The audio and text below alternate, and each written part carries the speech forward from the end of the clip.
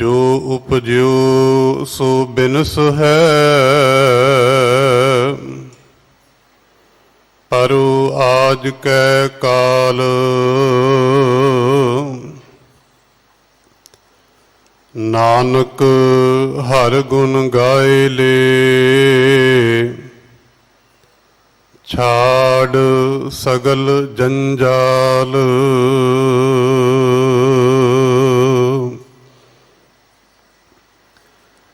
एक ओंकार सतगुर प्रसाद।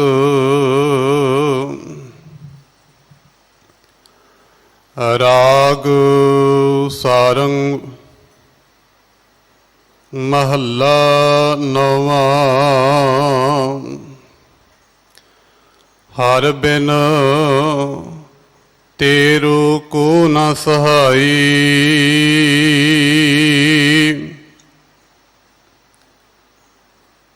काकी मात पिता सुत बनता।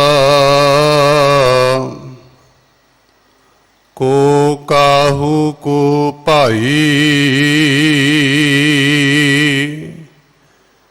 रहाऊ धन धरनी अर संपत सगरी। जो मान्यो अपनाई, तन छूटै कछ संग ना चालै। कहा ताहे लपटाई, दीन दयाल सदा दुख भंजन। तास्यो रुच ना बढ़ाई,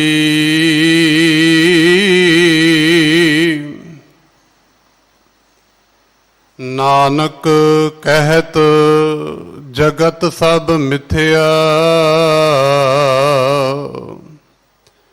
ज्यों सुपना रह नाई,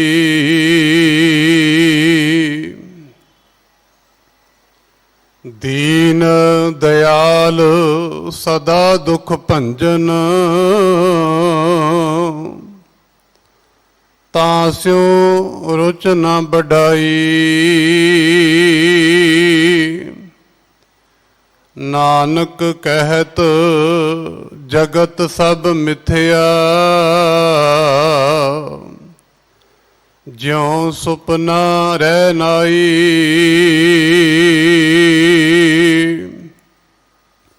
वाहिगुरु जी का खालसा, वाहिगुरु जी की फतेह। अज दा पावन पवित्र शब्द जो नौवें पातशाह धन धन साहिब श्री गुरु तेग बहादुर पातशाह जी सारंग राग दे अंदर जो 4 शब्द हैं, अज उन्हां विचों पहला शब्द जो धन धन साहिब श्री गुरु ग्रंथ साहिब महाराज जी के पावन अंग 1231 ते सुभायमान है अते 52 नंबर श्लोक तिस दी विचार आप जी नूं सरवण करवा रहे हैं। बहुत ही सत्कारयोग सिख कौम दे महान विद्वान सिंह साहब ज्ञानी रणजीत सिंह जी इस पावन पवित्र अस्थान दे हैड ग्रंथी साहिबान जो बड़े ही सुचज्जे ढंग दे नाल अनेकां सौखियां उदाहरणां दे नाल सुती हुई कौम नूं जगाउण दा हमेशा ही यतन करते हैं। सतगुरु सिंह साहब नूं सेहतयाबी बख्शिश करन, इस तरह वो कौम की सेवा करते रहन। कल 25 ਅਪ੍ਰੈਲ ਦਿਨ ਐਤਵਾਰ 8ਵੇਂ ਪਾਤਸ਼ਾਹ ਧੰਨ ਧੰਨ ਸਾਹਿਬ ਸ੍ਰੀ ਗੁਰੂ ਹਰਿਕ੍ਰਿਸ਼ਨ ਸਾਹਿਬ ਮਹਾਰਾਜ ਜੀ ਦਾ ਜੋਤੀ ਜੋਤ ਸਮਾਉਣ ਦਾ ਗੁਰਪੁਰਬ ਅਤੇ 9ਵੇਂ ਪਾਤਸ਼ਾਹ ਧੰਨ ਧੰਨ ਸਾਹਿਬ ਸ੍ਰੀ ਗੁਰੂ ਤੇਗ ਬਹਾਦਰ ਪਾਤਸ਼ਾਹ ਜੀ ਦਾ ਗੁਰਤਾ ਗੱਦੀ ਨਿਸ਼ਾਨੀ ਗੁਰਪੁਰਬ ਹੈ। ਧੰਨ ਗੁਰੂ ਤੇਗ ਬਹਾਦਰ ਪਾਤਸ਼ਾਹ ਜੀ ਦਾ 400 ਸਾਲਾ ਪ੍ਰਕਾਸ਼ ਪੁਰਬ 1 ਮਈ ਨੂੰ ਦਿਨ ਸ਼ਨੀਵਾਰ ਆ ਰਿਹਾ ਹੈ। ਆਓ ਅਗਲੇ ਸਮੇਂ ਲਈ ਸ਼ਬਦ ਵਿਚਾਰ ਨਾਲ ਜੁੜਨਾ ਕਰੀਏ। ਵਾਹਿਗੁਰੂ ਜੀ ਕਾ ਖਾਲਸਾ, ਵਾਹਿਗੁਰੂ ਜੀ ਕੀ ਫਤਿਹ। ਇਕ ਓੰਕਾਰ ਸਤਿਨਾਮ ਕਰਤਾ ਪੁਰਖ ਨਿਰਭਉ ਨਿਰਵੈਰ ਅਕਾਲ ਮੂਰਤ ਅਜੂਨੀ ਸੈਭੰ ਗੁਰ ਪ੍ਰਸਾਦ ਬੇਸ਼ੁਮਾਰ ਅਥਾਹ ਅਗਨਤ ਅਤੁਲੈ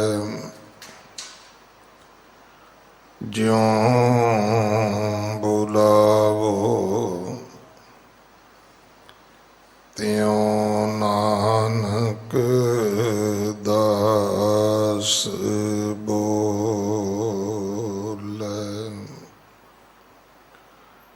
ਗੁਰੂ ਸਵਾਰੇ ਖਾਲਸਾ ਜੀ,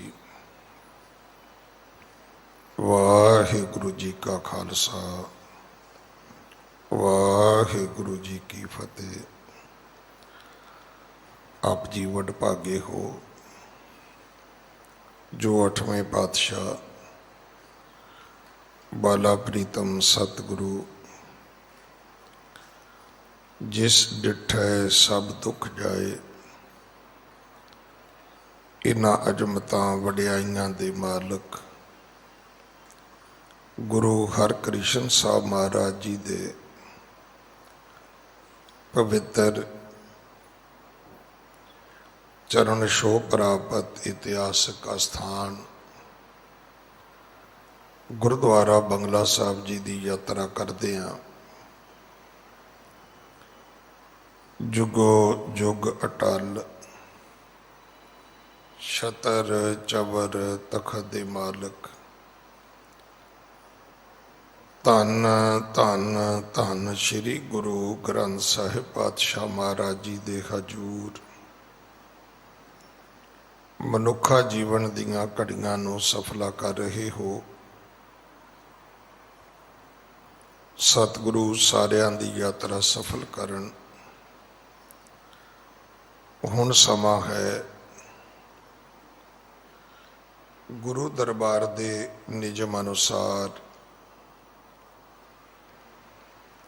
ਗੁਰੂ ਕੀ ਬਾਣੀ ਦੀ ਚੱਲ ਰਹੀ ਲੜੀਵਾਰ ਕਥਾ ਦਾ। 9ਵੇਂ ਪਾਤਸ਼ਾਹ ਧਰਮ ਰੱਖਿਅਕ ਸਤਿਗੁਰੂ ਗੁਰੂ ਤੇਗ ਬਹਾਦਰ ਸਾਹਿਬ ਮਹਾਰਾਜ ਜੀ ਦੇ 400 ਸਾਲਾ ਪ੍ਰਕਾਸ਼ ਗੁਰਪੁਰਬ ਨੂੰ ਸਮਰਪਿਤ ਸਤਿਗੁਰਾਂ ਦੀ ਚੌਥੀ ਜਨਮ ਸ਼ਤਾਬਦੀ ਮਨਾਉਣ ਵਾਸਤੇ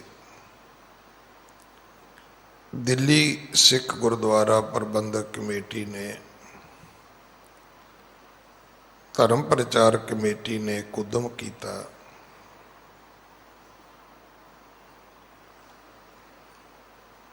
कि जो गुरु की बाणी है, गुरु 9वें पातशाह जी दे पवित्र मुख तो जो बाणी उच्चारण हुई है, उस बाणी दी संगत नूं कथा सरवण कराई जाए।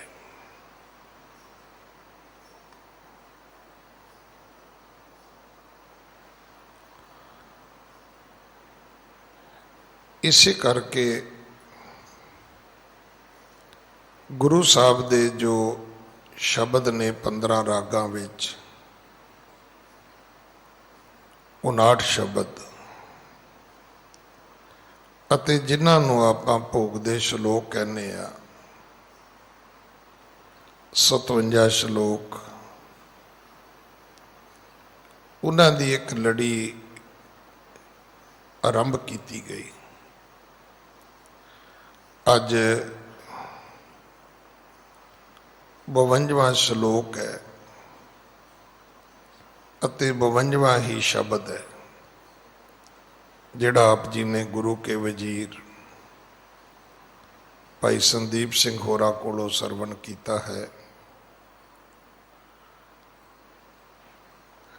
ਦਾਸ ਯਤਨ ਕਰਦਾ ਹੈ ਕਿ ਕਥਾ ਆਰੰਭ ਕਰਦਿਆਂ ਪਹਿਲੀ ਬੇਨਤੀ ਕੀਤੀ ਜਾਏ ਕਿ ਭਾਈ ਬਾਣੀ ਗੁਰੂ ਹੈ, ਬਾਣੀ ਤੋਂ ਬਿਨਾ ਸਾਡਾ ਗੁਰੂ ਕੋਈ ਨਹੀਂ ਹੈ। ਨਾ ਸਰੀਰ ਹੈ, ਨਾ ਤਸਵੀਰ ਹੈ।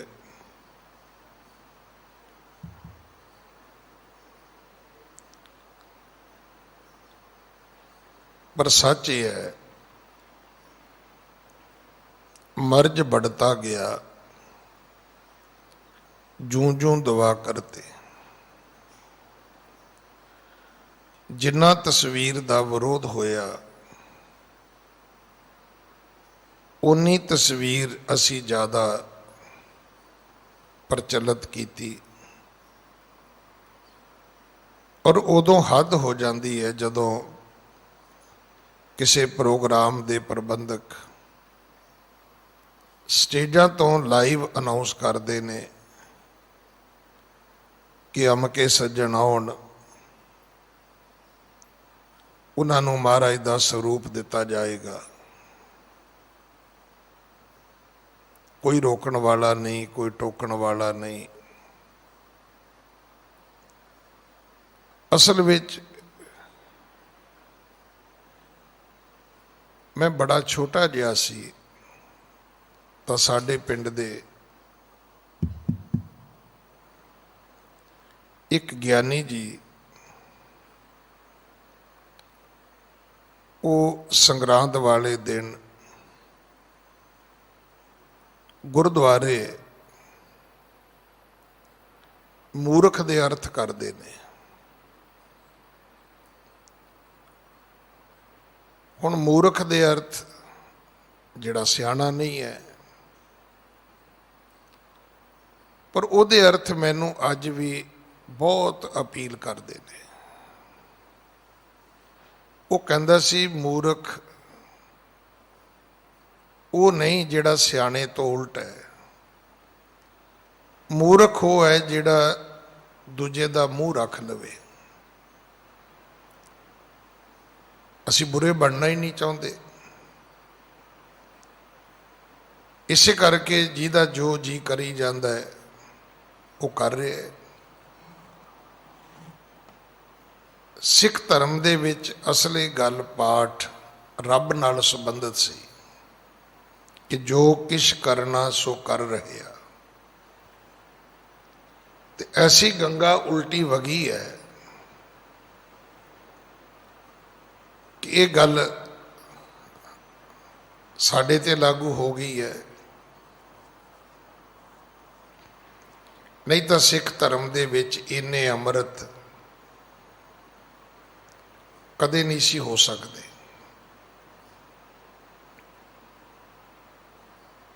जिन्हें अज हो गए ने, इन्नियां मर्यादा कदे नहीं सी हो सकदियां जिन्नियां अज हो गई ने। ये कोई कई युग पुराना धर्म थोड़ा है। जिन्ना क पुराना साडा धर्म है, तुसी इंग्लैंड जाओ, होर मुल्कां विच जाओ, इन्नियां पुरानियां चीज़ां वो उदा ही संभाल के बैठे हुए ने यादगारां दे रूप विच। ਹੈਰੀਟੇਜ ਦੇ ਰੂਪ ਵਿੱਚ, ਤੇ ਸਾਡੇ ਕੋਲੋਂ ਆਪਣਾ ਇਤਿਹਾਸ ਤੇ ਆਪਣੇ ਸਿਧਾਂਤ ਵੀ ਨਹੀਂ ਰੱਖੇ ਜਾ ਰਹੇ। ਇਸ ਕਦਰ ਅਸੀਂ ਗਵਾਚ ਗਏ ਆ ਕਿ ਅੱਜ ਨਾ ਸਾਡੀ ਨਿਤਨੇਮ ਤੇ ਕੋਈ ਇੱਥੋਂ ਤੱਕ ਕਿ ਸਾਡੀ ਜਿਹੜੀ ਬਾਣੇ ਦੀ ਮਰਿਆਦਾ ਹੈ, ਅਸੀਂ ਉੱਥੇ ਵੀ ਇੱਕ ਨਹੀਂ ਹੈਗੇ।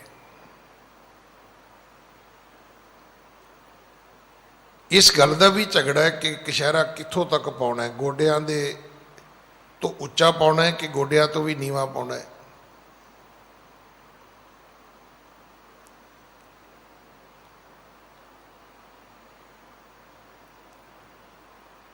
ਸਾਨੂੰ ਲੱਗਦਾ ਜ਼ਰੂਰ ਹੈ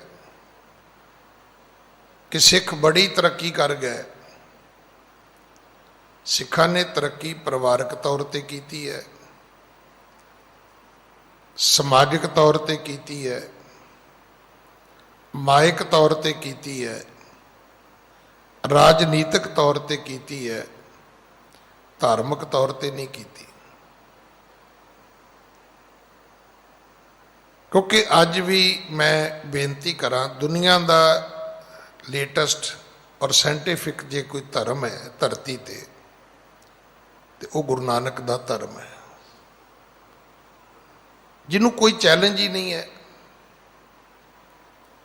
ਔਰ ਉਹਦੀ ਇੱਕ ਛੋਟੀ ਜੀ ਉਦਾਹਰਨ, ਉਹ ਜਿਹੜਾ ਸਿੱਖ ਧਰਮ ਦੇ ਵਿੱਚ ਪ੍ਰਸ਼ਾਦ ਹੈ। ਹੁਣ ਅਸੀਂ ਕਿੱਥੇ ਪਹੁੰਚ ਗਏ?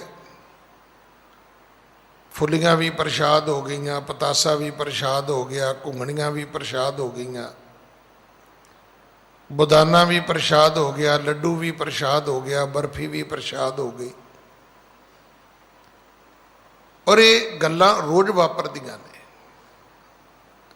ਸੀਸਖੰਡ ਸਾਹਿਬ ਦਾਸ ਦੀ ਸੇਵਾ ਸੀ, ਤੇ ਜਦੋਂ ਸਵੇਰੇ 9 ਵਜੇ ਸਮਾਪਤੀ ਹੋਈ, ਇੱਕ ਪਰਿਵਾਰ ਆਇਆ, ਕਹਿਣ ਲੱਗਾ ਜੀ ਬੱਚੇ ਦਾ ਨਾਂ ਰੱਖਣਾ ਹੈ। ਮੈਂ ਉੱਠਿਆ ਹੀ ਸੀ ਮਹਾਰਾਜ ਦੀ ਤਾਬਿਆ ਤੋਂ, ਤੇ ਉੱਥੇ ਅੰਦਰ ਦਰਬਾਰ ਦੇ ਵਿੱਚ ਜਿਹੜੀ ਗੈਲਰੀ ਹੈ, ਉੱਥੇ ਅਖੰਡ ਪਾਠ ਚੱਲਦੇ ਨੇ। ਉੱਥੇ ਸੰਗਤ ਵਾਸਤੇ ਮਹਾਰਾਜ ਦੇ ਸਵਰੂਪ ਪ੍ਰਕਾਸ਼ਮਾਨ ਕੀਤੇ ਜਾਂਦੇ ਨੇ, ਜਿੱਥੇ ਕੋਈ ਹੁਕਮਨਾਮਾ ਵੀ ਲੈ ਸਕਦਾ ਹੈ, ਕੋਈ ਸਹਿਜ ਪਾਠ ਵੀ ਕਰ ਸਕਦਾ ਹੈ। ਕੋਈ ਇੱਦਾਂ ਦੀ ਅਰਦਾਸ ਹੋਵੇ ਤੇ ਉਹ ਵੀ ਅਸੀਂ ਉੱਥੇ ਹੀ ਕਰਦੇ ਹਾਂ।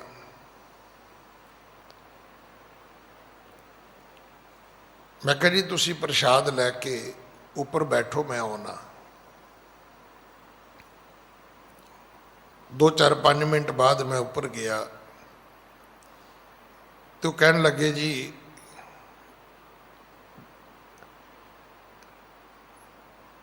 ਇੱਕ ਬੰਦਾ ਪ੍ਰਸ਼ਾਦ ਲੈਣ ਗਿਆ। ਮੈਂ ਉੱਥੇ ਖਲੋਤਾ ਰਿਹਾ। ਹੁਣ ਬਿਲਕੁਲ ਥੱਲੇ ਹੀ ਪਰਚੀ ਮਿਲਦੀ ਹੈ, ਥੱਲੇ ਹੀ ਪ੍ਰਸ਼ਾਦ ਮਿਲਦਾ ਹੈ। ਅਗਰ ਐਤਵਾਰ ਵੀ ਹੋਵੇ, ਬਹੁਤੀ ਸੰਗਤ ਵੀ ਹੋਵੇ, ਤੇ 2-3-4 ਮਿੰਟ ਦੀ ਗੱਲ ਹੈ। ਮੈਂ ਕਿਹਾ ਜੀ ਆ ਗਿਆ? ਕਹਿਣ ਲੱਗੇ ਜੀ ਨਹੀਂ, ਅਜੇ ਨਹੀਂ ਆਇਆ। ਮੈਂ ਗਿਆ ਕਿੱਥੇ ਹੈ? ਮੈਂ ਸੇਵਾਦਾਰ ਨੂੰ ਕਿਹਾ, ਮੈਂ ਕਿਹਾ ਵੀ ਜਾ ਤੂੰ ਲੈ ਆ। ਕਹਿੰਦੇ ਨਹੀਂ ਜੀ, ਉਹ ਹਲਦੀਰਾਮ ਕੋਲੇ ਗਿਆ।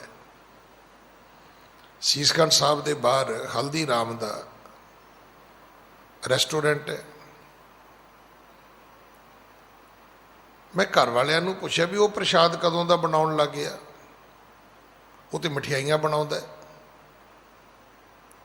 ਕਹਿੰਦੇ ਨਹੀਂ ਜੀ, ਉਹ ਲੱਡੂਆਂ ਦਾ ਪ੍ਰਸ਼ਾਦ ਲੈਣ ਗਿਆ। ਉਹ ਲੱਡੂ ਵੀ ਪ੍ਰਸ਼ਾਦ ਹੋ ਗਏ, ਬਰਫੀ ਵੀ ਪ੍ਰਸ਼ਾਦ ਹੋ ਗਈ।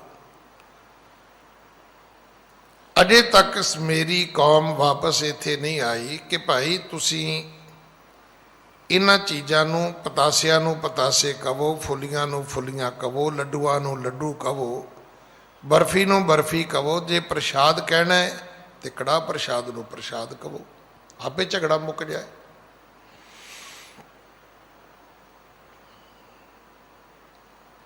ਹੁਣ ਅਸੀਂ ਹੋ ਗਏ ਮੂਰਖ। ਮੈਂ ਤੁਹਾਨੂੰ ਨਹੀਂ ਟੋਕਣਾ ਚਾਹੁੰਦਾ, ਤੁਸੀਂ ਮੈਨੂੰ ਨਹੀਂ ਟੋਕਣਾ ਚਾਹੁੰਦੇ। मैं तुहाडा मूँह रखी जाना, तुसीं मेरा मूँह रखी जाने हो।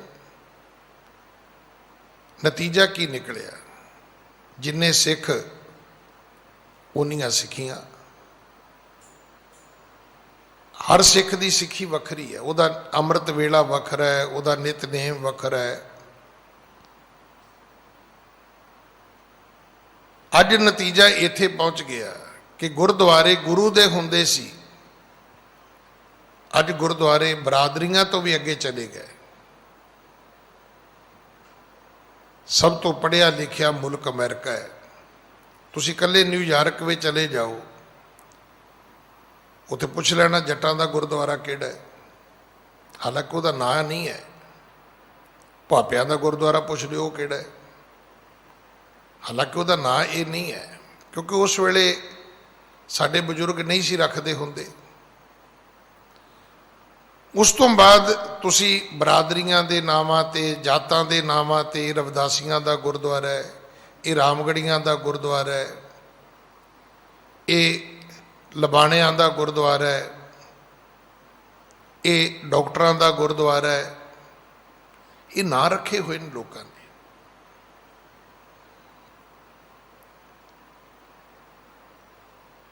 असी 21वीं सदी विच आ गए हैं। तो आपां नूं की लगदा है कि 22वीं सदी तक सारा कुछ ठीक हो जाएगा? जे साडे कोलों नहीं होया तो जिहड़े साडे तो बाद आउणगे वो भी नहीं कर सकणगे, क्योंकि दिन प्रति दिन नगार आ रहा है, सुधार नहीं आ रहा, गल विगड़ती तुरी जाती है, वापस नहीं मुड़ रही। तो मैं रोज कथा शुरू करन तो पहला जदों भी कदे समा बने, मैं पहली बेनती ये करदा भी बाणी गुरु है, तस्वीर गुरु नहीं है, शरीर गुरु नहीं है। पूछ लो जन्म साखी तो, बाबा मड़ी ना गोर गुर अंगद के हिए माहे। जे गुरु नानक शरीर हुंदा तो किसी मड़ी कबर विच हुंदा। जन्म साखी दा करता कहंदे नहीं, जोत ओहा जुगत साए शै काया फेर पलटी है। ये गुरु की बाणी है। तो जन्म साखी ने इसे आधार ते कहा कि बाबा मड़ी ना गोर गुर अंगद के हिए माहे। इथे ये शब्द मिलते ने, प्यू दादे जेवेहा पोता प्रवान। गुरु नानक अंगद कर जाना, अंगद अमरदास पहचाना। अमरदास रामदास कहायो, ये उही ने। जे आपां ना इस तरह मन्निया तो आपां तो 10 गुरुआं की जोत बन ही नहीं पावांगे गुरु ग्रंथ साहब जी नूं। फिर वो जिहड़ी नवीं सर्च आई है, ये 11वां गुरु है जी सिखां दा, ये पक्का हो जाएगा? कौन रोकेगा इसनूं? कोई है रोकण वाला? मैं तो हमेशा बेनती करदा भी जे सानू कोई पूछे भी तुहाडा गुरु कौन है,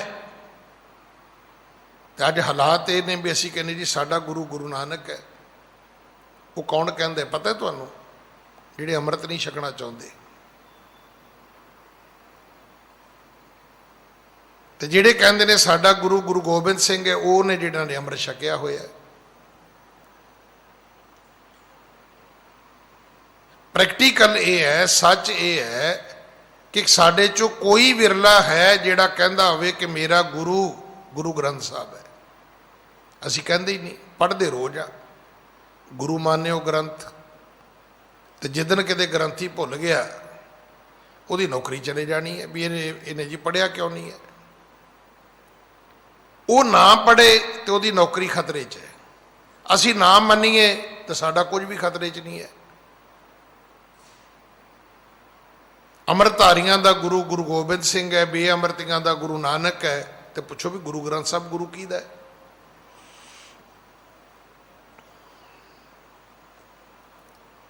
इत्थों गल शुरू होनी है। ਜੇ ਪੁੱਛਿਆ ਜਾਏਗਾ ਵੀ ਗੁਰੂ ਕੌਣ ਹੈ, ਤੁਸੀਂ ਕਹੋਗੇ ਗੁਰੂ ਗ੍ਰੰਥ ਸਾਹਿਬ ਹੈ, ਤੇ ਪੁੱਛਣ ਵਾਲਾ ਇੱਕ ਸਵਾਲ ਹੋਰ ਕਰੇਗਾ ਕਿ ਇਹ ਗੁਰੂ ਗ੍ਰੰਥ ਸਾਹਿਬ ਜਿਹੜੇ ਨੇ, ਇਹ ਗੱਦੀ ਗੁਰੂ ਗ੍ਰੰਥ ਸਾਹਿਬ ਤੋਂ ਹੀ ਸ਼ੁਰੂ ਹੋਈ ਜਾਂ ਇਹ ਗੱਦੀ ਪਹਿਲਾਂ ਤੋਂ ਚੱਲਦੀ ਆ ਰਹੀ ਹੈ? ਤੁਸੀਂ ਕਹੋਗੇ ਜੀ ਪਹਿਲਾਂ ਤੋਂ ਚੱਲਦੀ ਆ ਰਹੀ ਹੈ। ਫਿਰ ਸਵਾਲ ਇਹ ਹੈ ਕਿ ਆਏਗਾ ਵੀ ਗੁਰੂ ਗ੍ਰੰਥ ਸਾਹਿਬ ਨੂੰ ਗੁਰਿਆਈ ਕਿਹਨੇ ਦਿੱਤੀ? ਗੁਰੂ ਗੋਬਿੰਦ ਸਿੰਘ ਜੀ ਨੇ। ਤੇ ਗੁਰੂ ਗੋਬਿੰਦ ਸਿੰਘ ਜੀ ਨੂੰ ਗੁਰਿਆਈ ਕਿਹਨੇ ਦਿੱਤੀ? ਗੁਰੂ ਤੇਗ ਬਹਾਦਰ ਸਾਹਿਬ ਨੇ। ਫਿਰ ਅਖੀਰ ਅਸੀਂ ਇਹ ਗੱਲ ਮੰਨਾਂਗੇ ਕਿ ਇਹ ਘਰ ਗੁਰੂ ਨਾਨਕ ਦਾ ਹੈ, ਇਹ ਦਰ ਗੁਰੂ ਨਾਨਕ ਦਾ ਹੈ, ਇੱਥੇ ਜੋਤ ਗੁਰੂ ਨਾਨਕ ਦੀ ਵਰਤਦੀ ਹੈ, ਇੱਥੇ ਜੁਗਤੀ ਗੁਰੂ ਨਾਨਕ ਦੀ ਵਰਤਦੀ ਹੈ। 6 ਗੁਰੂਆਂ ਦੀ ਬਾਣੀ ਗੁਰੂ ਗ੍ਰੰਥ ਸਾਹਿਬ ਵਿੱਚ ਦਰਜ ਹੈ, ਔਰ 6 ਗੁਰੂਆਂ ਨੇ ਜਿਹੜਾ ਬਾਣੀ ਦਾ ਉਚਾਰਨ ਕਰਤਾ ਦਰਜ ਕੀਤਾ ਹੈ, ਉਹ ਗੁਰੂ ਨਾਨਕ ਨੂੰ ਕੀਤਾ ਹੈ। ਕਹੋ ਨਾਨਕ ਸ਼ਬਦ ਆਉਂਦਾ ਹੈ, ਕਹੋ ਤੇਗ ਬਹਾਦਰ ਸ਼ਬਦ ਨਹੀਂ ਆਉਂਦਾ। 59 ਸ਼ਬਦ ਪੜ੍ਹ ਲਓ, 57 ਸ਼ਲੋਕ ਪੜ੍ਹ ਲਓ। 57 ਸ਼ਲੋਕਾਂ ਵਿੱਚ 57 ਵਾਰੀ ਸ਼ਬਦ ਨਾਨਕ ਆਏਗਾ, ਗੁਰੂ ਤੇਗ ਬਹਾਦਰ ਨਹੀਂ ਆਏਗਾ। ਆਪੇ ਪੰਥ ਇਕੱਠਾ ਹੋ ਜਾਏਗਾ, ਆਪੇ ਕੌਮ ਇਕੱਠੀ ਹੋ ਜਾਏਗੀ, ਆਪੇ ਮਰਿਆਦਾ ਇੱਕ ਹੋ ਜਾਏਗੀ, ਆਪੇ ਪੰਥ ਦਾ ਜਲਾਓ ਸੱਜ ਜਾਏਗਾ। ਪਰ ਇੱਥੇ ਤੇ ਜ਼ੋਰ ਲੱਗਿਆ ਹੋਇਆ ਹੈ ਕਿ ਅਸੀਂ ਇੱਕ ਦੂਜੇ ਤੇ ਆਪਣੀ ਮਰਿਆਦਾ ਨੂੰ ਸਥਾਪਿਤ ਕਿਵੇਂ ਕਰਨਾ ਹੈ।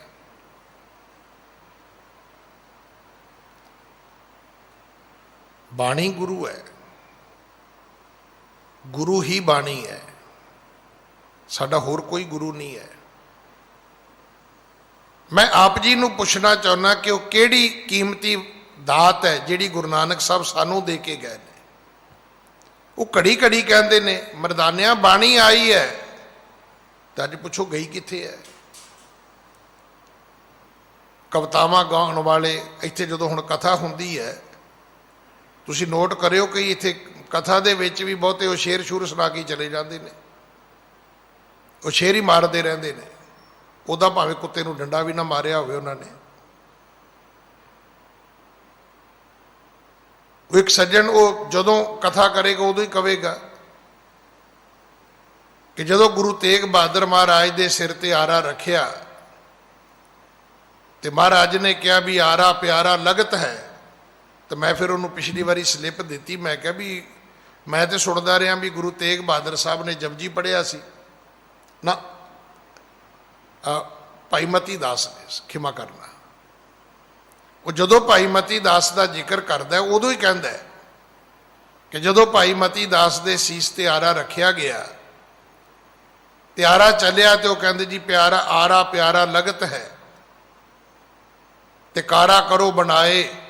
ਮੈਂ ਕਿਹਾ ਭਾਈ ਸਾਹਿਬ ਅਸੀਂ ਤੇ ਸੁਣਦੇ ਰਹੇ ਅੱਜ ਤੱਕ ਕਿ ਭਾਈ ਮਤੀ ਦਾਸ ਦੀਆਂ ਦੁਫਾਂਗੜਾਂ ਚੋਂ ਵੀ ਜਪਜੀ ਸਾਹਿਬ ਨਿਕਲਦਾ ਸੀ, ਤੁਸੀਂ ਕਵਿਤਾ ਕੱਢ ਮਾਰੀ। ਆਹ ਤੇ ਹਾਲਤ ਹੈ ਸਾਡੀ। ਸੱਚ ਇਹ ਹੈ ਕਿ ਸ਼ਹਾਦਤ ਤੋਂ ਪਹਿਲਾਂ ਗੁਰੂ ਤੇਗ ਬਹਾਦਰ ਸਾਹਿਬ ਨੇ ਵੀ ਜਪਜੀ ਪੜ੍ਹਿਆ, ਸ਼ਹੀਦ ਹੁੰਦਿਆਂ ਭਾਈ ਮਤੀ ਦਾਸ ਨੇ ਵੀ ਜਪਜੀ ਪੜ੍ਹਿਆ, ਗੁਰੂ ਨਾਨਕ ਸਾਹਿਬ ਨੇ ਜਪਜੀ ਬਖਸ਼ਿਆ, ਸੋਦਰ ਆਰਤੀ ਗਾਵੀ ਹੈ ਅੰਮ੍ਰਿਤ ਵੇਲੇ ਜਾਪ ਉਚਾਰਾ। ਕਿ ਉਸ ਵੇਲੇ ਬੁੱਤ ਤਰਾਸ਼ ਲੋਕ ਹੈ ਨਹੀਂ ਸਨ, ਕਿ ਉਦੋਂ ਦੀਆਂ ਤਸਵੀਰਾਂ ਮੂਰਤੀਆਂ ਨਹੀਂ ਮਿਲਦੀਆਂ। ਪਰ ਕੀ ਗੁਰੂ ਨਾਨਕ ਸਾਹਿਬ ਦੀ ਮੂਰਤੀ ਕਦੇ ਤੁਹਾਨੂੰ ਕੋਈ 500 ਸਾਲ ਪੁਰਾਣੀ ਮਿਲੀ ਹੈ? ਕਿ ਗੁਰੂ ਸਾਹਿਬ ਕਿਸੇ ਦੇਸ਼ ਗਏ ਹੋਣ ਤੇ ਉਹਨਾਂ ਨੂੰ ਕਿਹਾ ਹੋਵੇ ਵੀ ਤੁਸੀਂ ਮੇਰੀ ਮੂਰਤੀ ਬਣਾ ਕੇ ਰੱਖ ਲਓ ਭਾਈ, ਇਹਦੀ ਪ੍ਰਤਿਮਾ ਦੀ ਤੁਸੀਂ ਪੂਜਾ ਕਰਨੀ ਹੈ? ਨਹੀਂ। ਜਦੋਂ ਵੀ ਇਸ ਘਰ ਵਿੱਚ ਆਓਗੀ ਇੱਕੋ ਆਵਾਜ਼ ਆਏਗੀ ਕਿ ਆਵੋ ਸਿੱਖ ਸਤਿਗੁਰੂ ਕੇ ਪਿਆਰਿਓ ਗਾਵੋ ਸੱਚੀ ਬਾਣੀ। ਕਿਉਂਕਿ ਬਾਣੀ ਗੁਰੂ ਹੈ ਬਾਣੀ, ਵਿੱਚ ਬਾਣੀ ਅੰਮ੍ਰਿਤ ਸਾਰੇ, ਸਾਰੀ ਬਾਣੀ 'ਚ ਅੰਮ੍ਰਿਤ ਹੈ। ਇਹ ਬਾਣੀ ਤੇ ਮਿਸ਼ਰੀ ਵਰਗੀ ਹੈ। ਮਿਸ਼ਰੀ ਦੀ ਡਲੀ ਨੂੰ ਮੂੰਹ 'ਚ ਪਾਉਣ ਲੱਗਿਆਂ ਸੋਚਣਾ ਨਹੀਂ ਪਵੇਗਾ ਕਿ ਮਿੱਠੀ ਕਿਹੜੇ ਪਾਸਿਓਂ ਹੈ।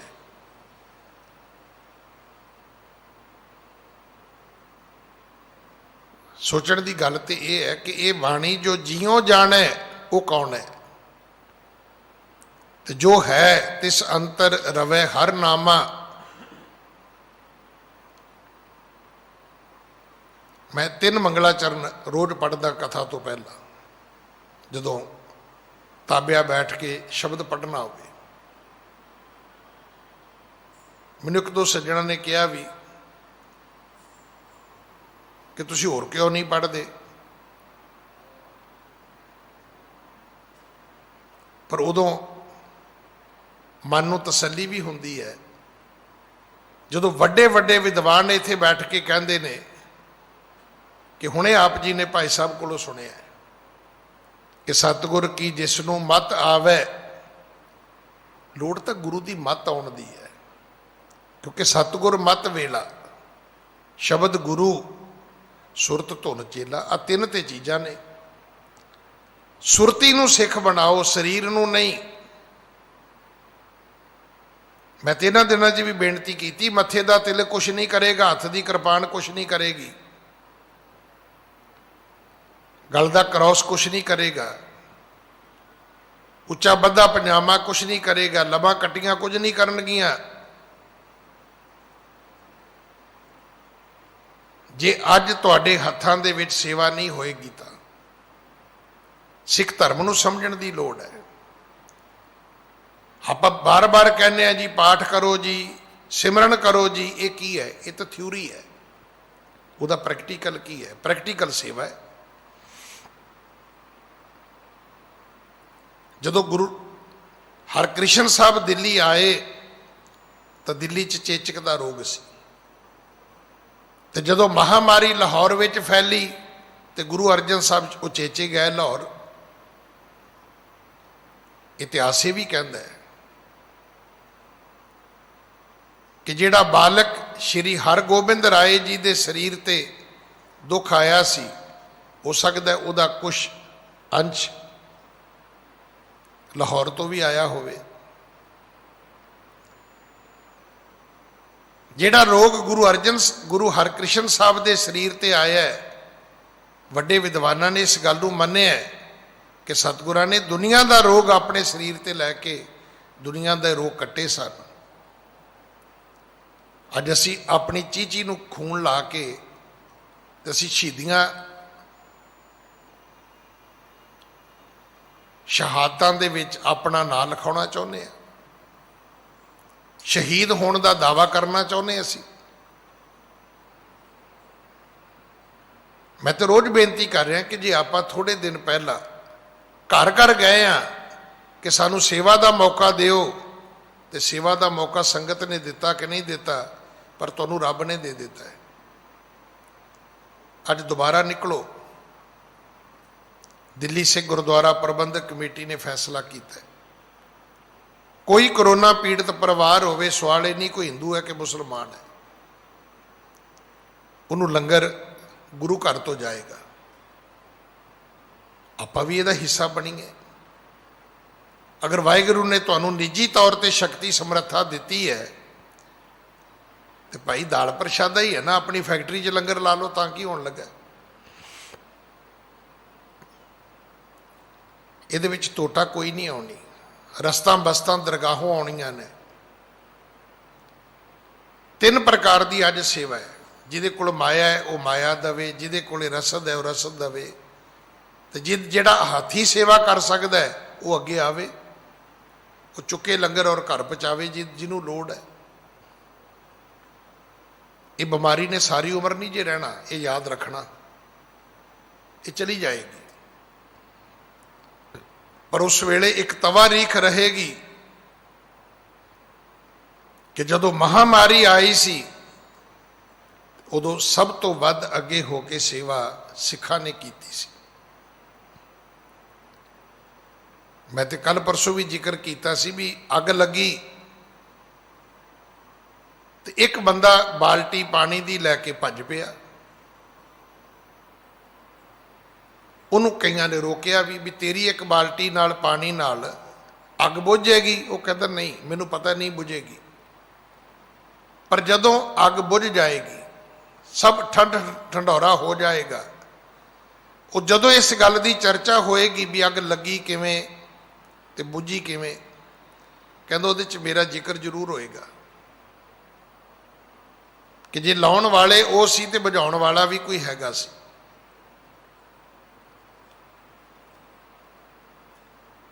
ਮੈਂ ਇੱਕ ਦਿਨ ਪਹਿਲਾਂ ਵੀ ਇਹ ਕਥਾ ਕੀਤੀ, ਮੈਨੂੰ ਉਹ ਸੱਜਣ ਪੁੱਛਣ ਲੱਗਾ, ਕਹਿੰਦਾ ਜੀ ਮੈਨੂੰ ਕਿਸੇ ਨੇ ਕਿਹਾ ਹੈ ਕਿ ਭਾਈ ਸਾਹਿਬ ਨੇ ਜੀ ਬਾਲਟੀ ਦਾ ਬੜਾ ਪ੍ਰਚਾਰ ਕੀਤਾ ਹੈ। ਮੈਂ ਕਿਹਾ ਚਲੋ ਪੀਪਾ ਕਹਿ ਦਾਂਗੇ, ਹੋਰ ਕੀ ਹੈ,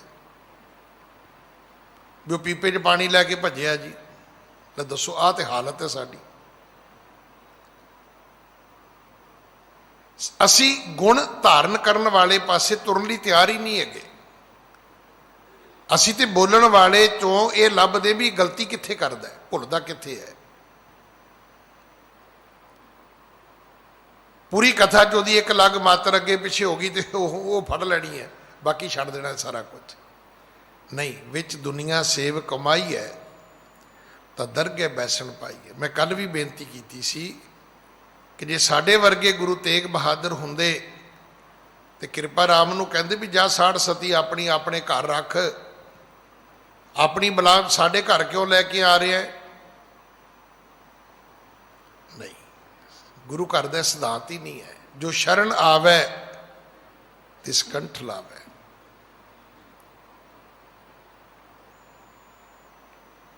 ਇਹ ਗੱਲ ਮੈਨੂੰ ਵੀ ਜਾ ਕੇ ਅਮਰੀਕਾ ਪਤਾ ਲੱਗੀ ਹੈ, ਜਦੋਂ ਉਹ ਸੁਣਿਆ ਨਾ ਵੀ ਇਹ ਬੰਦਾ ਵੀ ਪੋਲੀਟੀਕਲ ਅਸਾਈਲਮ ਤੇ ਹੈ, ਇਹ ਵੀ ਬੰਦਾ ਪੋਲੀਟੀਕਲ ਅਸਾਈਲਮ ਤੇ ਹੈ, ਇਹ ਬੰਦਾ ਵੀ ਪੋਲੀਟੀਕਲ ਅਸਾਈਲਮ ਤੇ ਹੈ। ਸਿਰਫ ਇੰਨੀ ਗੱਲ ਜਾ ਕੇ ਕਹਿਣੀ ਅਮਰੀਕਾ 'ਚ ਕਿ ਮੇਰੇ ਹੋਮ ਕੰਟਰੀ 'ਚ ਮੇਰੀ ਜਾਨ ਨੂੰ ਖਤਰਾ ਹੈ, ਉਹ ਸ਼ਰਨ ਮਿਲ ਜਾਂਦੀ ਉੱਥੇ। ਸਭ ਤੋਂ ਫਾਸਟ ਟਰੈਕ ਹੈ ਇਮੀਗ੍ਰੇਸ਼ਨ ਦਾ।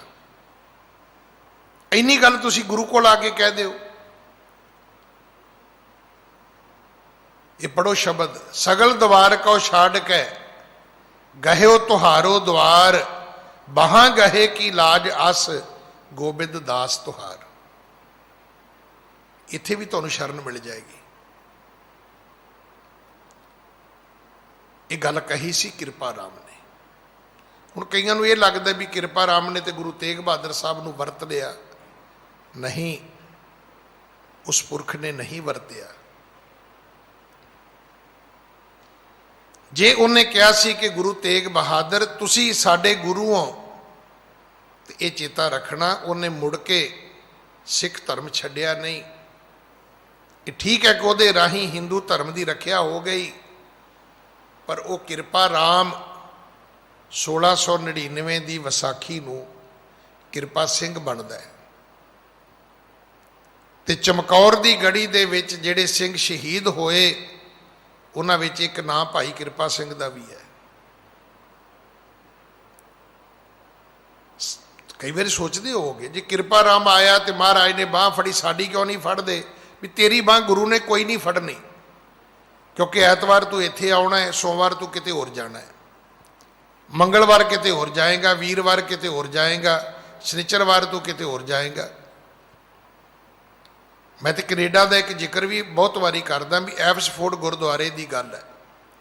ਉੱਥੇ ਇੱਕ ਗੁਰਦੁਆਰਾ ਜਿਹਨੂੰ ਗੌਰਮੈਂਟ ਨੇ ਹੈਰੀਟੇਜ ਮੰਨ ਲਿਆ ਕਿ 100 ਸਾਲ ਤੋਂ ਵੀ ਪੁਰਾਣਾ ਗੁਰਦੁਆਰਾ ਹੈ। ਹੁਣ ਉੱਥੇ ਜਿੱਥੋਂ ਮੈਂ ਪੜ੍ਹਿਆ, ਉੱਥੋਂ ਦਾ ਪੜ੍ਹਿਆ ਇੱਕ ਨੌਜਵਾਨ ਗੁਰੂ ਕਾ ਪ੍ਰਚਾਰਕ ਸਿੰਘ ਉੱਥੇ ਕਥਾ ਲਈ ਗਿਆ। ਹੁਣ ਉਹਨਾਂ ਦਾ ਸਿਸਟਮ ਸੀ ਗੁਰਦੁਆਰੇ ਵਾਲਿਆਂ ਦਾ ਵੀ ਗਿਆਨੀ ਜੀ ਸਵੇਰ ਸ਼ਾਮੀ ਕਥਾ ਕਰਨੀ ਹੈ ਤੇ ਦਿਨ ਵਿੱਚ 2-3 ਘੰਟੇ ਤੁਸੀਂ ਮਹਾਰਾਜ ਦੇ ਦਰਬਾਰ ਵਿੱਚ ਪਹਿਰੇਦਾਰੀ ਵੀ ਕਰਨੀ ਹੈ, ਤੇ ਕੋਈ ਸੰਗਤ ਦਾ ਪ੍ਰਾਣੀ ਆਵੇ ਤਾਂ ਉਹਨੂੰ ਪ੍ਰਸ਼ਾਦ ਵੀ ਦੇਣਾ ਹੈ। ਹੁਣ ਉਹ ਬੈਠਾ ਸੀ, ਇੱਕ ਬੀਬੀ ਵੀਰਵਾਰ ਦਾ ਦਿਨ ਉਹ ਲੱਡੂ ਲੈ ਕੇ ਆ ਗਈ। ਕੀ ਪਤਾ ਹੈ ਤੁਹਾਨੂੰ, ਇੰਨੀ ਤਰੱਕੀ ਹੋ ਗਈ ਸਿੱਖ ਧਰਮ 'ਚ ਕਿ ਸੋਮਵਾਰ ਲੋਕ ਚਿੱਟੀਆਂ ਚੀਜ਼ਾਂ ਲੈ ਕੇ ਆਉਂਦੇ ਨੇ, ਜਿਵੇਂ ਚਿੱਟੇ ਚੌਲ ਹੋ ਗਏ, ਚਿੱਟਾ ਦੁੱਧ ਹੋ ਗਿਆ, ਚਿੱਟੀ ਖੰਡ ਹੋ ਗਈ। ਮੰਗਲਵਾਰ ਹਰੀਆਂ ਚੀਜ਼ਾਂ ਲੈ ਕੇ ਆਉਂਦੇ ਨੇ, ਜਿਵੇਂ ਸਬਜ਼ੀਆਂ ਹੋ ਗਈਆਂ। ਵੀਰਵਾਰ ਨੂੰ ਖੱਟੀਆਂ ਚੀਜ਼ਾਂ ਲੈ ਕੇ ਆਉਂਦੇ ਨੇ, ਜਿਵੇਂ ਖੱਟੇ ਲੱਡੂ ਹੋ ਗਏ, ਖੱਟਾ ਵੇਸਣ ਹੋ ਗਿਆ, ਖੱਟੇ ਰੰਗ ਦੇ ਕੇਲੇ ਹੋ ਗਏ। ਸ਼ਨੀਚਰਵਾਰ ਕਾਲੀਆਂ ਚੀਜ਼ਾਂ ਲੈ ਕੇ ਆਉਂਦੇ ਨੇ, ਜਿਵੇਂ ਕਾਲੇ ਛੋਲੇ ਹੋ ਗਏ, ਮਾਂ ਦੀ ਦਾਲ ਹੋ ਗਈ। ਇੰਨੀ ਤਰੱਕੀ ਹੋ ਗਈ ਸਿੱਖ ਧਰਮ 'ਚ। ਉਹ ਵੀਰਵਾਰ ਦਾ ਦਿਨ ਸੀ, ਉਹ ਬੀਬੀ ਲੱਡੂਆਂ ਦਾ ਡੱਬਾ ਲੈ ਕੇ ਆਈ ਤੇ ਉਹਨੇ ਕੀ ਕੀਤਾ, ਉਹਦੇ 'ਚ ਕਿਰਪਾਨ ਫੇਰੀ ਤੇ ਇੱਕ ਲੱਡੂ ਬੀਬੀ ਨੂੰ ਦੇਤਾ। ਬੀਬੀ ਕਹਿੰਦੀ ਨਹੀਂ ਨਹੀਂ ਨਹੀਂ ਬਾਬਾ ਜੀ ਮੈਂ ਨਹੀਂ ਲੈਣਾ। ਉਹ ਕਹਿੰਦਾ ਬੀਬੀ ਜੀ ਤੁਸੀਂ ਆਪ ਤਾਂ ਲੈ ਕੇ ਆਏ ਹੋ, ਇੱਕ ਤੁਸੀਂ ਵੀ ਲੈ ਲਓ। ਕਹਿੰਦੀ ਨਹੀਂ, ਜਿਹਨੇ ਮੈਨੂੰ ਘੱਲਿਆ ਉਹਨੇ ਕਿਹਾ ਵੀ ਆਪ ਨਹੀਂ ਖਾਣਾ, ਗੁਰਦੁਆਰੇ ਹੀ ਚੜਾਉਣਾ ਹੈ। ਹੁਣ ਉਹ ਵੀ ਪ੍ਰਚਾਰਕ ਸੀ। ਉਹ ਕਹਿੰਦਾ ਚੁੱਕ ਬੀਬੀ ਡੱਬਾ, ਫਿਰ ਸਾਡੇ ਮਰਨ ਲਈ ਲੈ ਕੇ ਆਈ ਹੈ। ਜੇ ਤੂੰ ਨਹੀਂ ਖਾਣਾ ਤੇ ਕੱਲਾ ਗੁਰਦੁਆਰੇ ਹੀ ਚੜਾਉਣਾ ਹੈ ਤੇ ਫਿਰ ਮਰਨਾ ਤੇ ਅਸੀਂ ਵੀ ਨਹੀਂ ਖਾ ਕੇ। ਵੇਖੋ ਇਹ ਕੈਂਸਰ ਦਾ ਫੋੜਾ ਹੈ, ਇਹਦੇ ਤੇ ਰੇਸ਼ਮ ਦਾ ਕੱਪੜਾ ਨਾ ਪਾਓ, ਨਾ ਮੂਰਖ ਬਣੀਏ। ਮੈਂ ਤੁਹਾਡਾ ਮੂੰਹ ਰੱਖੀ ਜਾਣਾ, ਤੁਸੀਂ ਮੇਰਾ ਮੂੰਹ ਰੱਖੀ ਜਾਂਦੇ ਹੋ। ਇਹ ਬੀਤ ਜੈ ਹੈ। ਇੱਥੇ ਮੇਰੇ ਤੋਂ ਪਹਿਲਾਂ ਕਈ ਕਥਾਵਾਚਕ ਬਹਿ ਕੇ ਚਲੇ ਗਏ ਨੇ, ਕਈ ਹੈੱਡ ਗ੍ਰੰਥੀ ਸੇਵਾ ਨਿਭਾ ਕੇ ਚਲੇ ਗਏ ਨੇ, ਕਈ ਤੁਹਾਡੇ ਵਰਗੇ ਸਰੋਤੇ ਇੱਥੇ ਬੈਠ ਕੇ ਸੁਣਦੇ ਚਲੇ ਗਏ ਨੇ। ਕਿ ਆਪਾਂ ਇੱਕ ਦੂਜੇ ਦਾ ਮੂੰਹ ਹੀ ਰੱਖੀ ਜਾਵਾਂਗੇ? ਉਸ ਗੁਰੂ ਦੇ ਸਿੱਖ ਜਿਹੜਾ ਸੱਚ ਸੁਣਾਏ ਸੀ, ਸੱਚ ਕੀ ਬੇਲਾ, ਜਿਹਨੇ ਬਾਬਰ ਨੂੰ ਜਾਬਰ ਉਹਦੇ ਮੂੰਹ ਤੇ ਕਿਹਾ, ਮਗਰੋਂ ਨਹੀਂ ਕਿਹਾ।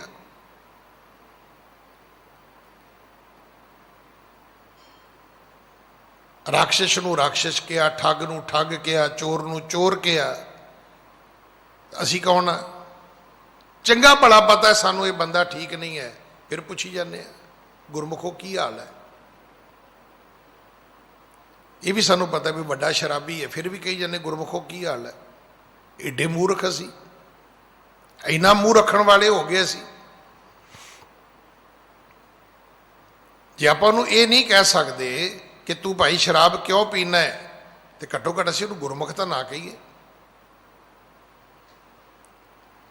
ਸਾਡਾ ਗੁਰੂ ਬਾਣੀ ਹੈ। ਜੇ ਗੁਰੂ ਤੇਗ ਬਹਾਦਰ ਪਿਤਾ ਦੀ ਸ਼ਤਾਬਦੀ ਮਨਾਉਣੀ ਹੈ, ਪਤਾ ਨਹੀਂ, ਸਾਨੂੰ ਵੀ ਨਹੀਂ ਸੀ ਪਤਾ, ਕਿਸੇ ਨੂੰ ਵੀ ਨਹੀਂ ਸੀ ਪਤਾ ਕਿਹੋ ਜਿਹਾ ਵਕਤ ਆਏਗਾ।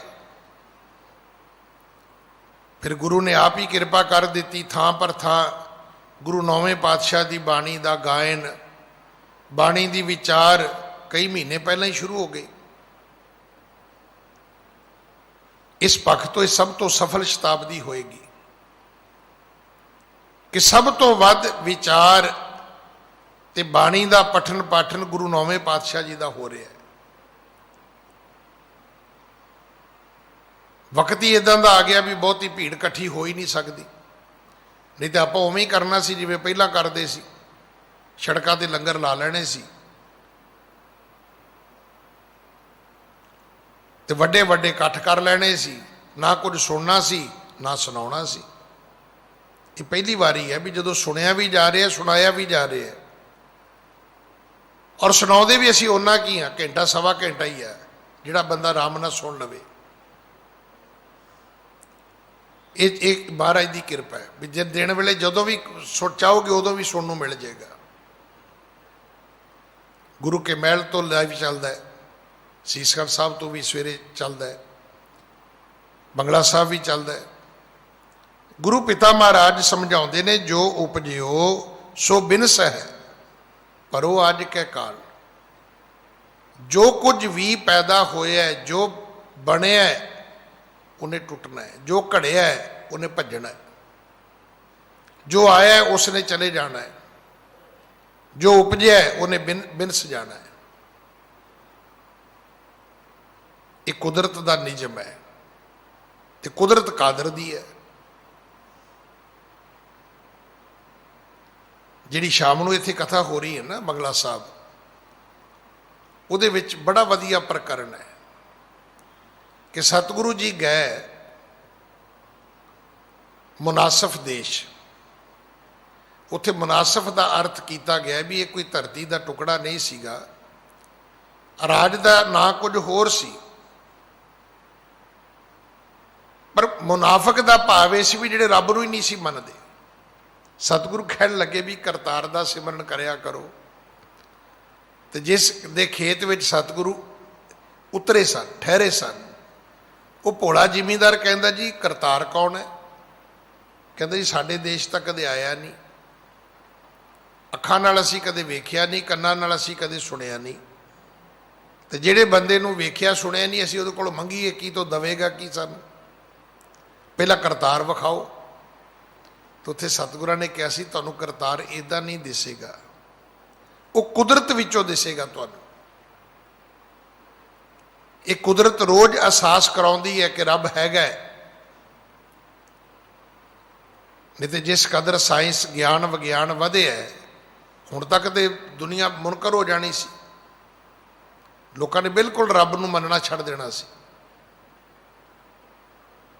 ਇਹ ਤੇ ਜਦੋਂ ਇਹ ਸਾਰਾ ਕੁਝ ਫੇਲ ਹੁੰਦਾ ਹੈ ਤੇ ਫਿਰ ਵਾਪਸ ਆਉਂਦੇ ਨੇ ਵੀ ਨਹੀਂ, ਕੋਈ ਹੋਰ ਵੀ ਪਾਵਰ ਹੈਗੀ ਹੈ, ਕੋਈ ਕਿਸੇ ਹੋਰ ਦੀ ਕਲਾ ਵੀ ਵਰਤ ਰਹੀ ਹੈ, ਕੋਈ ਹੋਰ ਸ਼ਕਤੀ ਵੀ ਹੈ। ਸਤਿਗੁਰੂ ਮਹਾਰਾਜ ਸਮਝਾਉਂਦੇ ਨੇ ਜੋ ਉਪਜਿਆ ਇਹ ਚੇਤਾ ਰੱਖਣਾ। ਜਿਸ ਦਾ ਜਨਮ ਹੈ ਉਸ ਦੀ ਮੌਤ ਨਿਸ਼ਚਿਤ ਹੈ। ਜੋ ਉਪਜਿਓ ਸੋ ਬਿਨਸ ਹੈ, ਪਰੋ ਅੱਜ ਕੇ ਕਾਲ। ਫਰਕ ਇਹ ਨਹੀਂ ਹੈ ਅੱਜ ਜਾਂ ਕੱਲ, ਕਿਸੇ ਵੇਲੇ ਵੀ ਕਿਸੇ ਦੀ ਮੌਤ ਹੋ ਸਕਦੀ, ਖਤਮ ਹੋ ਸਕਦਾ। ਨਾਨਕ ਹਰ ਗੁਣ ਗਾਏ ਲੈ, ਛਾੜ ਸਗਲ ਜੰਜਾਲ। ਇਸ ਕਰਕੇ ਸਤਿਗੁਰੂ ਪਿਤਾ ਸਮਝਾਉਂਦੇ ਨੇ ਕਿ ਭਾਈ ਸਾਰੇ ਜੰਜਾਲ ਛੱਡ ਦੇ, ਉਸ ਪਰਮੇਸ਼ਰ ਦਾ ਸਿਮਰਨ ਕਰ। ਜੰਜਾਲ ਦਾ ਅਰਥ ਰਿਸਪੌਂਸਿਬਿਲਿਟੀ ਛੱਡਣਾ ਨਹੀਂ ਹੈ, ਜ਼ਿੰਮੇਵਾਰੀ ਛੱਡਣਾ ਨਹੀਂ ਹੈ, ਆਪਣਾ ਧਰਮ ਛੱਡਣਾ ਨਹੀਂ ਹੈ, ਆਪਣੇ ਪ੍ਰਿੰਸੀਪਲ ਜਿਹੜੇ ਨੇ ਉਹਨਾਂ ਦਾ ਤਿਆਗ ਨਹੀਂ ਕਰਨਾ। ਜਿਹੜੀਆਂ ਮੌਲਿਕ ਕਦਰਾਂ ਕੀਮਤਾਂ ਤੈਨੂੰ ਮਿਲੀਆਂ ਨੇ ਉਹ ਨਹੀਂ ਛੱਡਣੀਆਂ, ਜੰਜਾਲ ਛੱਡਣੇ ਨੇ।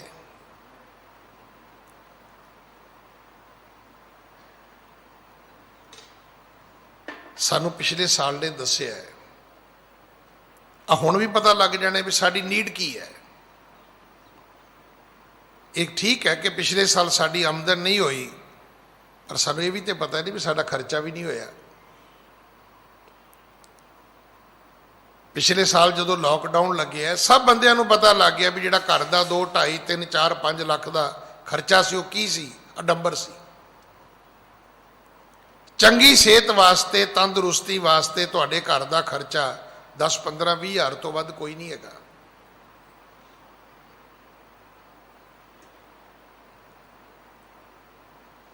ਹੁਣ ਤੁਸੀਂ ਸਵੇਰੇ ਕਿਤੇ ਨਾਸ਼ਤਾ ਹੋਰ ਕਰਨਾ ਹੈ, ਲੰਚ ਕਿਤੇ ਹੋਰ ਕਰਨਾ ਹੈ, ਡਿਨਰ ਕਿਤੇ ਹੋਰ ਕਰਨਾ ਹੈ। ਜਿੰਨਾ ਫਜ਼ੂਲ ਖਰਚਾ ਖਾਣ ਪੀਣ ਤੇ ਕਰਨਾ ਹੈ ਉਦੋਂ ਵੱਧ ਫਜ਼ੂਲ ਖਰਚਾ ਮੁੜ ਕੇ ਟ੍ਰੀਟਮੈਂਟ ਤੇ ਵੀ ਕਰਨਾ ਹੈ, ਕਿਉਂਕਿ ਬਿਮਾਰੀਆਂ ਹੀ ਲੱਗਣੀਆਂ ਨੇ।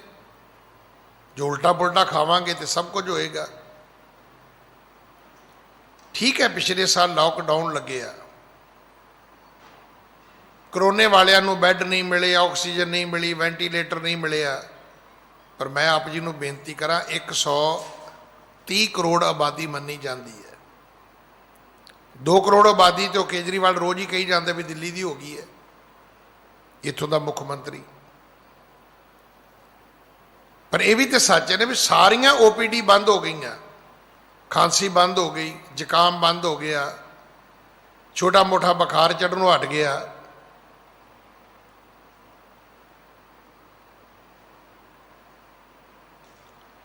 ਤੁਹਾਨੂੰ ਲੱਗਦਾ ਲੋਕ ਬੜੇ ਮਰੇ ਪਿਛਲੇ ਸਾਲ, ਪਰ ਉਸ ਕਰੋਨੇ ਦੇ ਵਕਤ ਵੀ ਮੈਨੂੰ ਸ਼ਮਸ਼ਾਨ ਭੂਮੀਆਂ ਵਿੱਚ ਜਾਣ ਦਾ ਮੌਕਾ ਮਿਲਿਆ। ਕਈ ਇੱਦਾਂ ਦੇ ਬਹੁਤ ਨੇੜੇ ਦੇ ਪ੍ਰਾਣੀ ਵੀ ਗਏ ਜਿੱਥੇ ਜਾਣਾ ਹੀ ਪਿਆ। ਤੁਸੀਂ ਯਕੀਨ ਕਰਨਾ ਡੈਥ ਰੇਟ ਹੀ ਖਤਮ ਹੋ ਗਿਆ ਸੀ। ਸਿਰਫ ਕਰੋਨੇ ਵਾਲਾ ਹੀ ਮਰਦਾ ਸੀ, ਸ਼ਰਾਬ ਪੀ ਕੇ ਐਕਸੀਡੈਂਟ ਕਰਨ ਵਾਲਾ ਨਹੀਂ ਸੀ ਮਰਦਾ। ਵੱਧ ਸ਼ਰਾਬ ਪੀਣ ਵਾਲਾ ਵੀ ਨਹੀਂ ਸੀ ਮਰਦਾ, ਕੋਈ ਪੀਂਦਾ ਹੀ ਨਹੀਂ ਸੀ, ਕੋਈ ਠੇਕੇ ਬੰਦ ਸੀ, ਕੋਈ ਹੈਜੇ ਨਾਲ ਨਹੀਂ ਸੀ ਮਰਦਾ, ਕੋਈ ਉਲਟਾ ਪੁਲਟਾ ਖਾ ਕੇ ਨਹੀਂ ਸੀ ਮਰਦਾ। ਸਾਰੀਆਂ ਸ਼ਮਸ਼ਾਨ ਭੂਮੀਆਂ ਖਾਲੀ ਹੁੰਦੀਆਂ ਸੀ।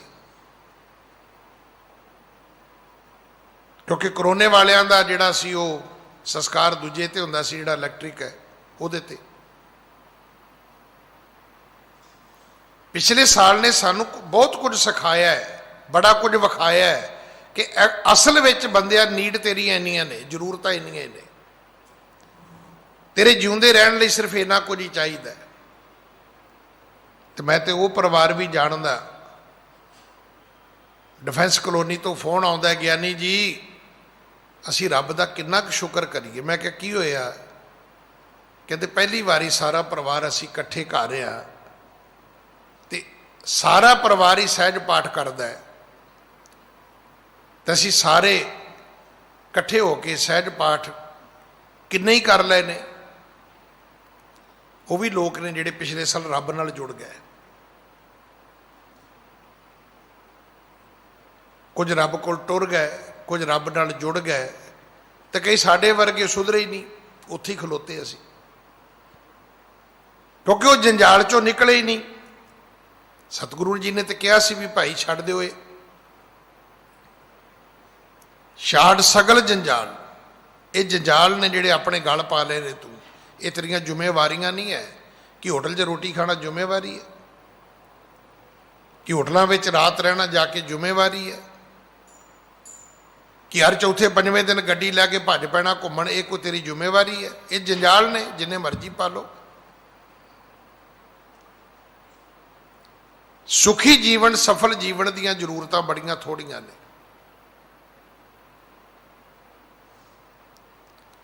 ਗੁਰੂ ਨੌਵੇਂ ਪਿਤਾ ਮਹਾਰਾਜ ਸਮਝਾਉਂਦੇ ਨੇ, ਸਾਰੰਗ ਰਾਗ ਦਾ ਇਹ ਪਹਿਲਾ ਸ਼ਬਦ ਹੈ, ਇੱਕ ਓੰਕਾਰ ਸਤਿਗੁਰ ਪ੍ਰਸਾਦ। ਪਰਮਾਤਮਾ ਇੱਕ ਹੈ, ਇੱਕ ਥਾਂ ਤੇ ਨਹੀਂ ਹੈ, ਉਹ ਸਾਰੀਆਂ ਥਾਵਾਂ ਤੇ। ਉਹ ਸਾਰੀਆਂ ਥਾਵਾਂ ਵਾਲਾ ਰੱਬ ਸਾਰਿਆਂ ਨੂੰ ਨਹੀਂ ਮਿਲਦਾ, ਉਹ ਮਿਲੇਗਾ ਜਦੋਂ ਗੁਰੂ ਦੀ ਕਿਰਪਾ ਹੋਏਗੀ। ਅਜੇ ਤੇ ਗੁਰੂ ਹੀ ਨਹੀਂ ਮਿਲਿਆ ਤੇ ਕਿਰਪਾ ਕਦੋਂ ਹੋਣੀ ਹੈ?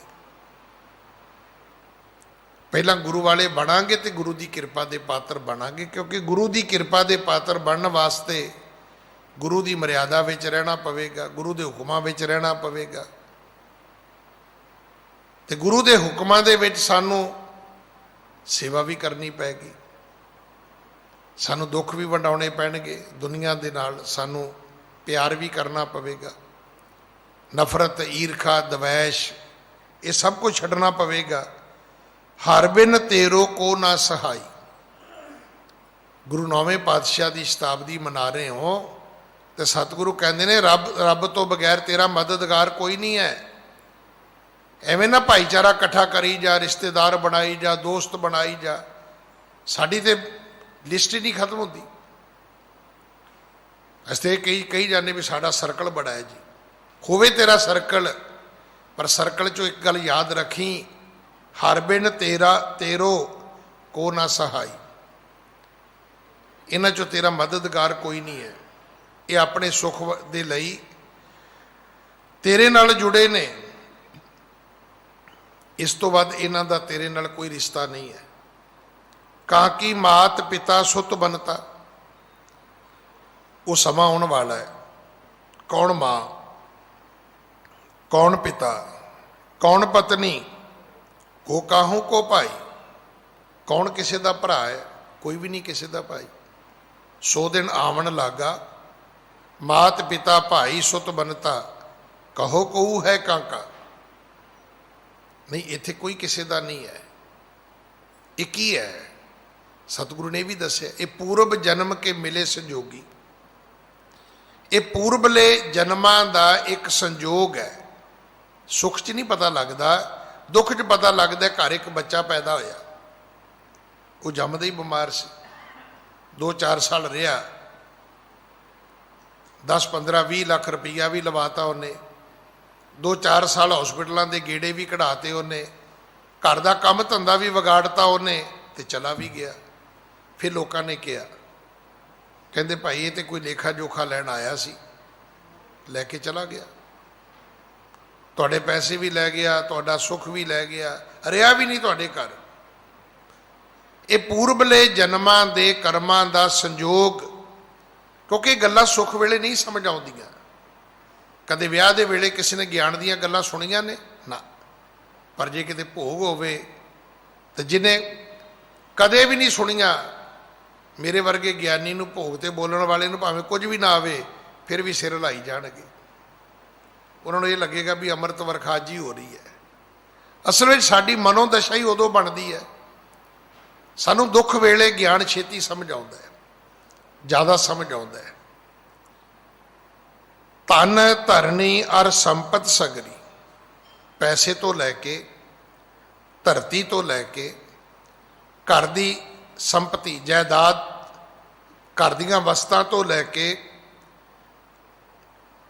ਜੋ ਮਾਨਿਓ ਅਪਣਾਈ, ਜਿਹੜੀਆਂ ਚੀਜ਼ਾਂ ਤੂੰ ਆਪਣੀਆਂ ਬਣਾ ਕੇ ਬੈਠਾ ਹੈ, ਤਨ ਛੂਟੈ ਕਛ ਸੰਗ ਨਾ ਚਾਲੈ, ਕਹਾਂ ਤਾਹੇ ਲਪਟਾਈ। ਇਹ ਸਰੀਰ ਛੁੱਟ ਲੈਣ ਦੇ, ਇਹਨਾਂ ਚੀਜ਼ਾਂ ਨੇ ਤੇਰੇ ਨਾਲ ਨਹੀਂ ਜਾਣਾ। ਲਾਜ ਨਾ ਮਰੋ ਕਹੋ ਘਰ ਮੇਰਾ, ਅੰਤ ਕੀ ਬਾਰ ਨਹੀਂ ਕਿਛ ਤੇਰਾ। ਭਗਤ ਜੀ ਕਹਿੰਦੇ ਤੈਨੂੰ ਸ਼ਰਮ ਨਹੀਂ ਆਉਂਦੀ? ਰੋਜ਼ ਹੀ ਕਹਿ ਦਿੰਦਾ ਮੇਰਾ ਘਰ ਹੈ, ਮੇਰਾ ਘਰ ਹੈ, ਮੇਰਾ ਘਰ ਹੈ। ਨਹੀਂ, ਇਹ ਘਰ ਤੇਰਾ ਨਹੀਂ ਹੈ। ਤੂੰ ਮਰ ਕੇ ਵੇਖ, ਕਾਢੋ ਕਾਢੋ ਹੋਈ, ਅਗਲੇ ਕਹਿਣਾ ਲੈ ਜਾਓ ਇਹਨੂੰ। ਤੇ ਜੇ ਤੇਰਾ ਘਰ ਤੇ ਤੇਰੇ ਘਰੋਂ ਤੈਨੂੰ ਕੌਣ ਕੱਢਣ ਵਾਲਾ ਹੈ?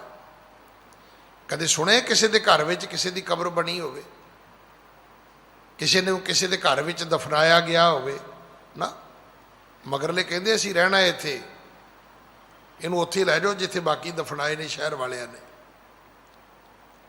ਤਨ ਛੂਟੈ ਕਛ ਸੰਗ ਨਾ ਚਾਲੈ, ਕਹਾਂ ਤਾਹੇ ਲਪਟਾਈ।